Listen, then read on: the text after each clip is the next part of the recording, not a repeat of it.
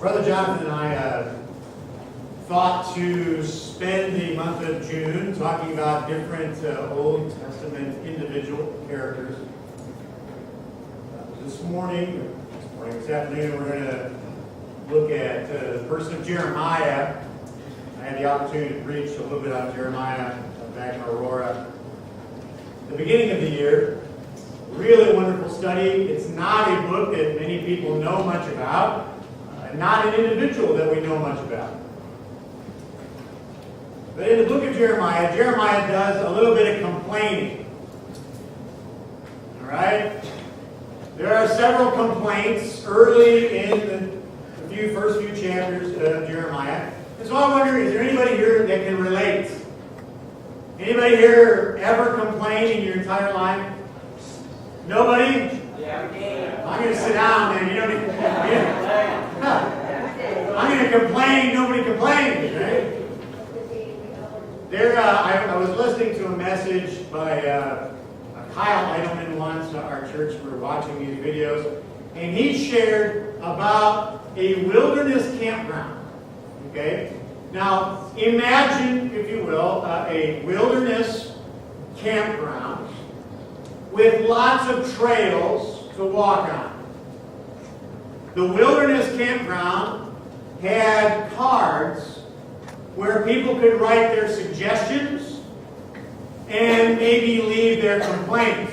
And in this video, Kyle shared some of the complaints. I'd like to share some of those with you. One person wrote on the card that they said, "There are too many spiders and bugs on the trails. Will you please spray the entire campground and get rid of all the bugs at the wilderness campground?" Okay? They don't seem to get it. In the wilderness, you're going to have bugs, but they complained about it anyway. Someone else complained and said, "Can you make the trails a little bit smoother? Can you make them so I don't have to go uphill on a hike? We need to eliminate all the uphill hiking trails. Make them smoother and level." They're complaining about it. What? They were complaining about, can you get rid of the rocks? There are too many rocks on the trail, and it makes it difficult. So let's eliminate all the rocks. Could you please remove them? Someone else said, can you make all the trails wider? Some of the trails are too narrow, and we can't hold hands together when we walk down the trail. Can you please make the trails wider? Are you serious with these complaints? One person said, could you please put a McDonald's on the trail so that when I get hungry... Serious, they really did this. They wrote a complaint, well, we need a McDonald's on the trail. This is the wilderness, people. I think they don't understand, but one last one. This was my favorite. On their complaint card, they said, can we please be reimbursed because a deer snuck into our campsite and ate some of our food, and they left the bill with their phone number. It was the wilderness. They don't understand the nature of being out in the wild is these things are going to happen. Those might be kind of humorous, and I find them humorous, certainly. But there are some other complaints in life that are a little more serious, where we might wonder, why me, Lord? Why was I laid off? Why didn't I get the job? Or as Jeremiah is going to say here in chapter 12, why do the wicked prosper? And that's our first point on your outlines you can fill in. Jeremiah's complaint, Jeremiah chapter 12. He asked God, why do the wicked prosper? Have you ever thought that? somewhere in the back of your mind just wondered, why is it that the people who cheat on the tests still end up getting good grades? Why is that? Why is it that people at work who come in late and leave early still get a promotion? Why is that? Well, why is it that these wicked individuals get positions in government and in business, and they seem to get wealthy, and they never seem to go to jail for what they do? Why is it that the wicked seem to just prosper and do well and do better and better? Why is it that my neighbor who doesn't go to church and doesn't tithe is able to build a big swimming pool in his backyard? That's not fair. I want one of those swimming pools. Why is it that every couple of years he and his family get to go down to Disney World? I'd like to do that. Why is it that this my neighbor who doesn't go to church gets to buy a new car every couple of years? I'd like to do that. I can't do that. So why is it that the wicked seem to prosper? You see, Jeremiah lived in some very difficult times. He was just a young man when he started to preach. We don't know how old he was, but many people speculate that he could have only been in his teens, probably in his teens, when he first began to preach. Now, I started to preach when I was like 29, and I was super nervous.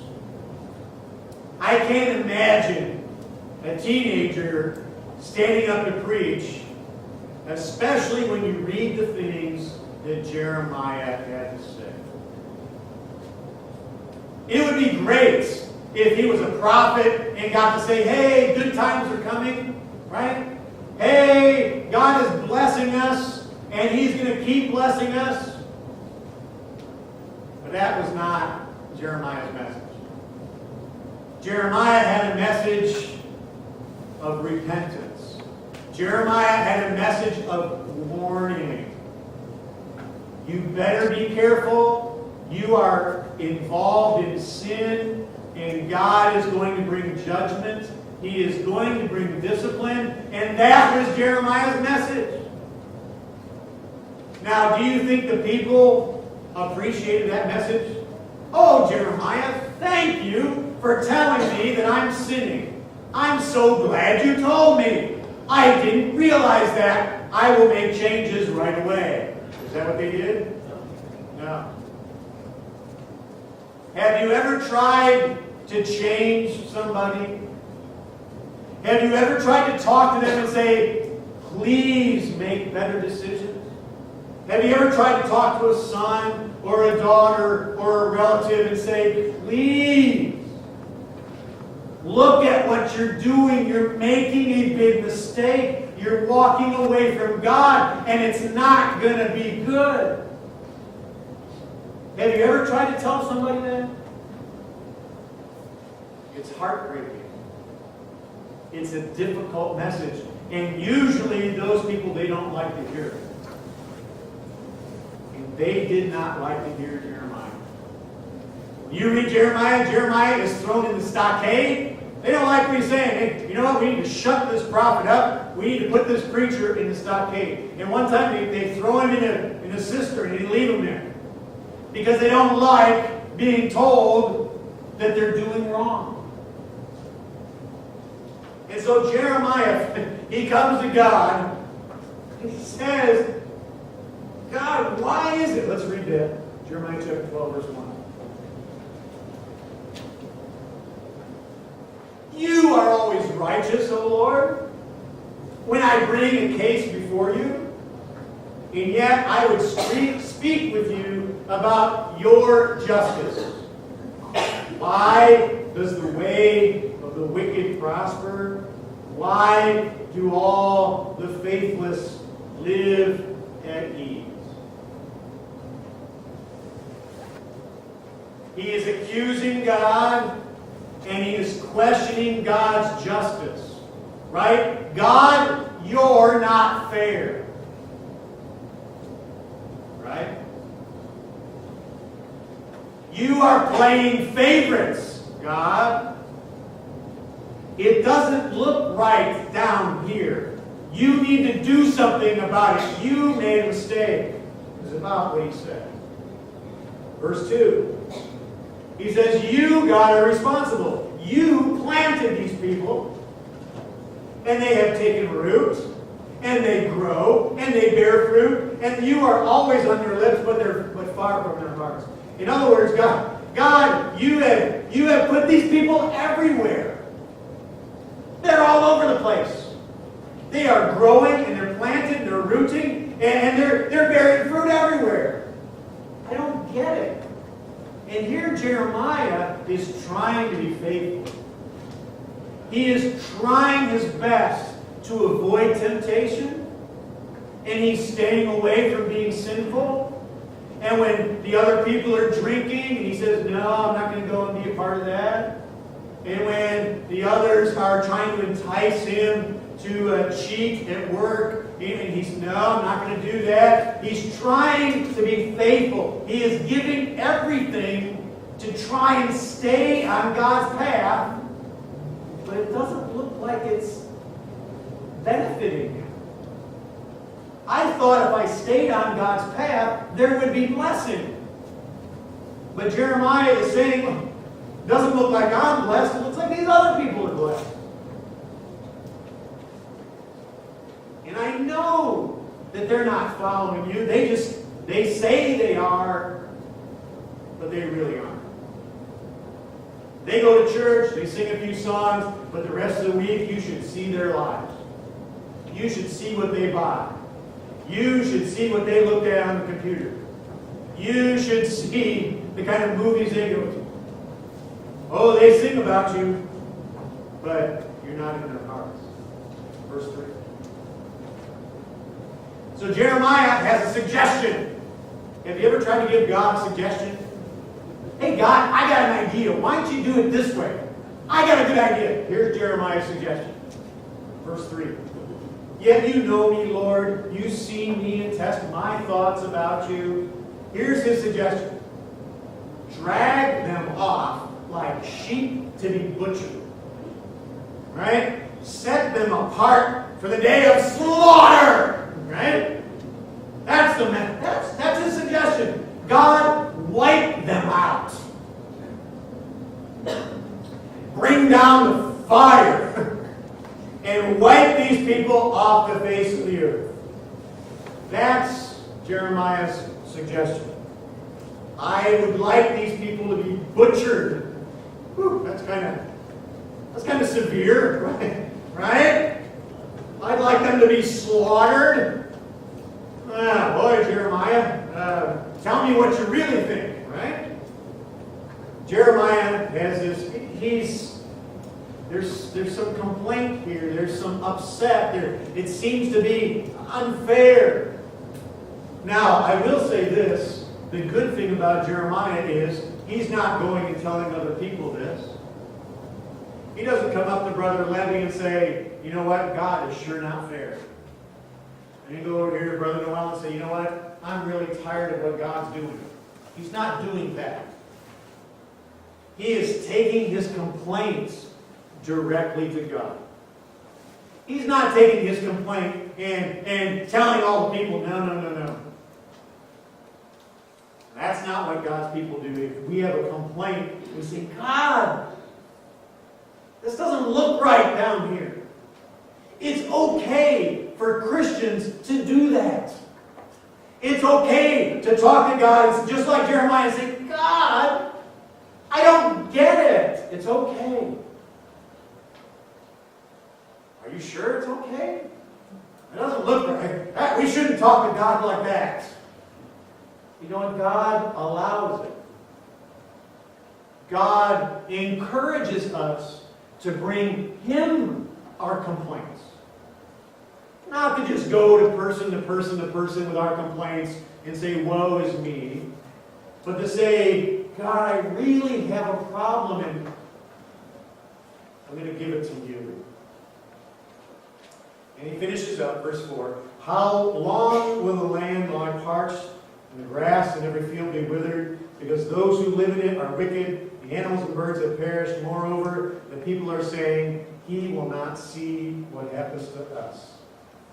Now, God is going to answer Jeremiah. Now, how would you answer this complaint? What would you, if you were God, what would you tell Jeremiah? Would you tell him, oh, it's okay, Jeremiah. You'll be okay, Jeremiah. Don't cry, Jeremiah. I know you're the weeping prophet, but don't cry. How do you think God answered Jeremiah? I'll show you. Here's the scripture, verse 5. This is God's answer. You tell me what it means. God says, if you have raced with men on foot, and they have worn you out, how can you compete with horses? If you stumble in safe country, how will you manage in the thickets by the Jordan? Now, what kind of answer is that? Can you repeat that, God? I'm not sure what you mean. What are you talking about, racing with horses? Stumble in the safe country? I don't get it. I'm not in the safe country. I'm in Jerusalem. Here's what God's message means. This is God's answer. Next slide. God responds with, hey, Jeremiah, toughen up.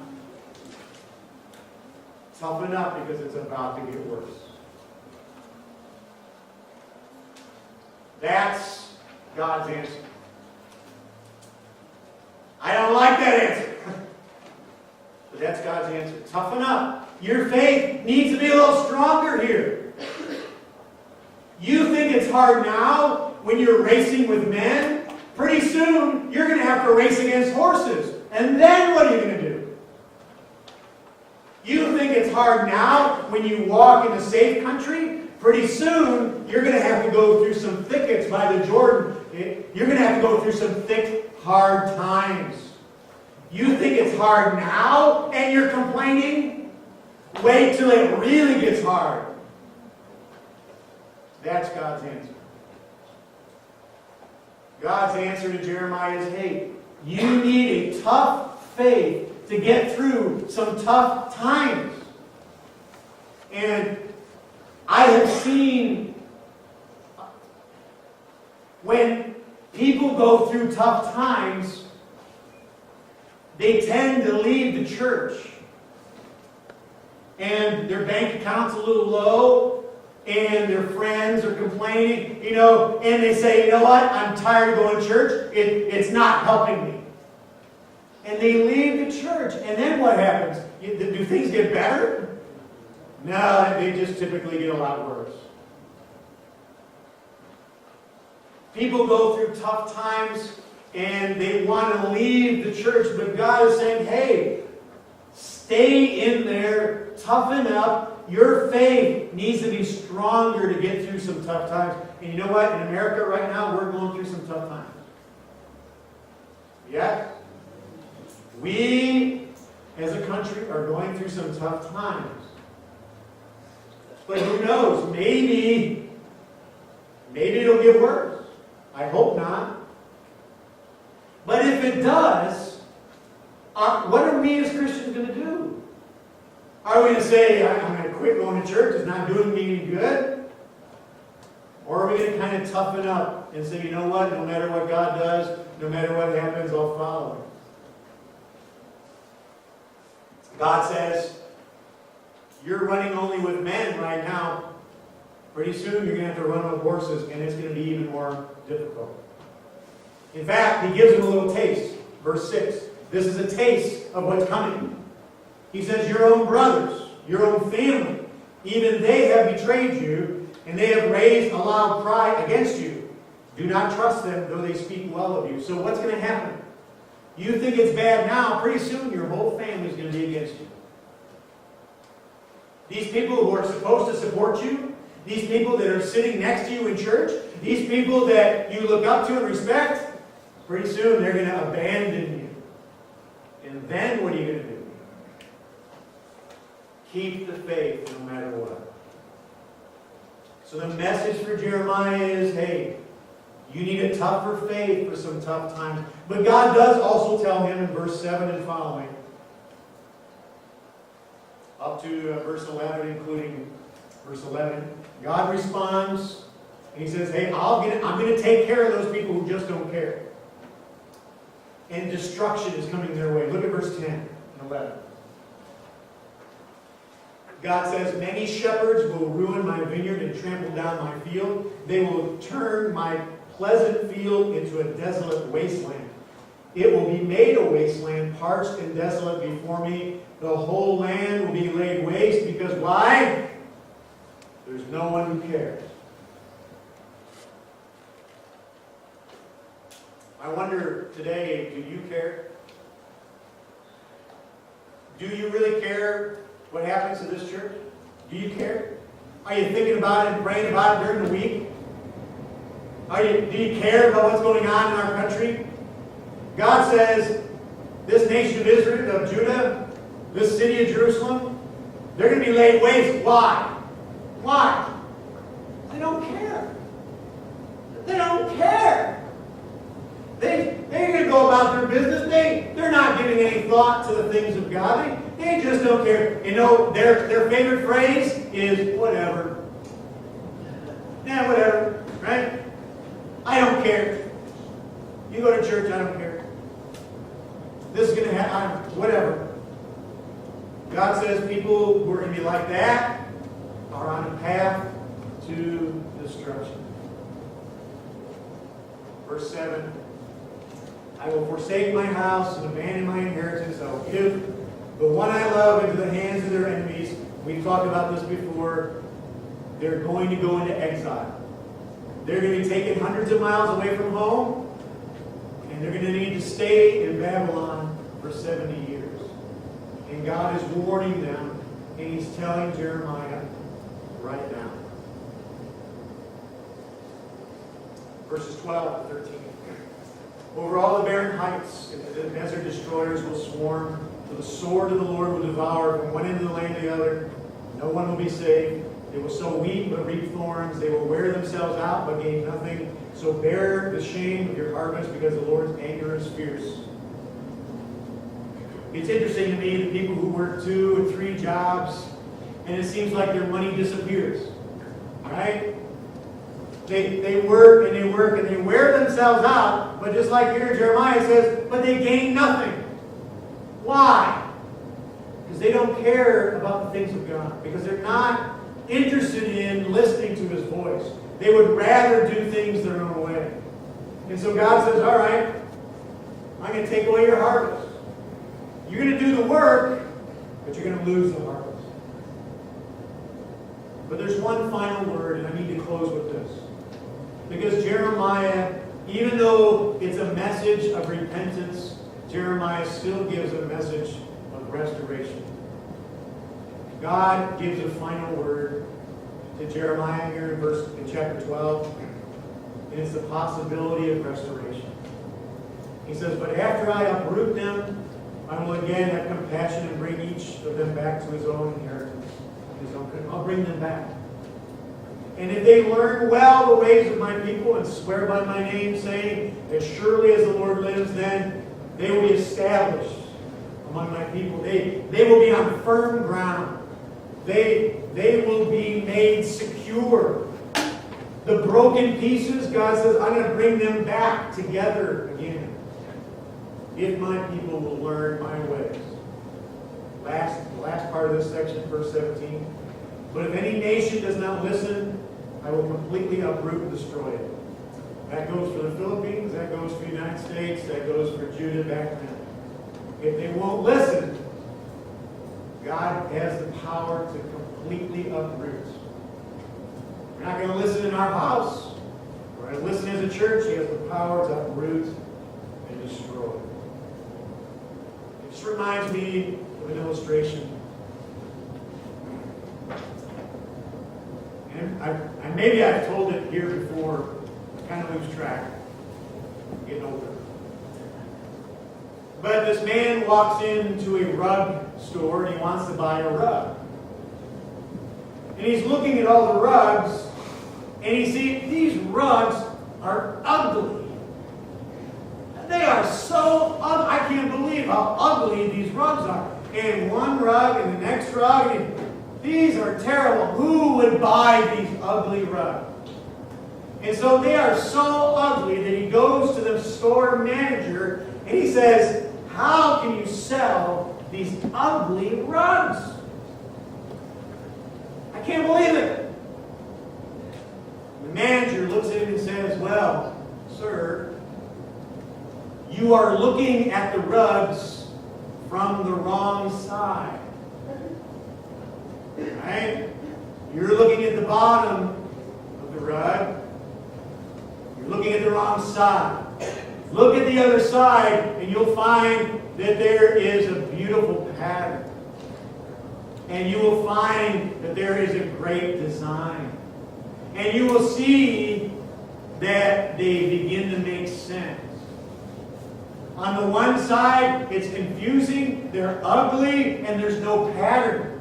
But if you look at it from the other side, they're beautiful, full of design and pattern. I think our lives are a lot like that. When we look at things only from our side of heaven, when we look at life around us and we don't look at things from God's point of view, it looks ugly in the world, doesn't it? It looks like there's no pattern. It looks like there's a mess. It looks like the wicked prosper all the time. But if we could see things from God's point of view, there really is a pattern. And there really is beauty. There really is someone who cares about the design. As we close this morning, just to leave us with that thought. Take your complaint to God. But for each of us to remember to look at things from His side and see the pattern.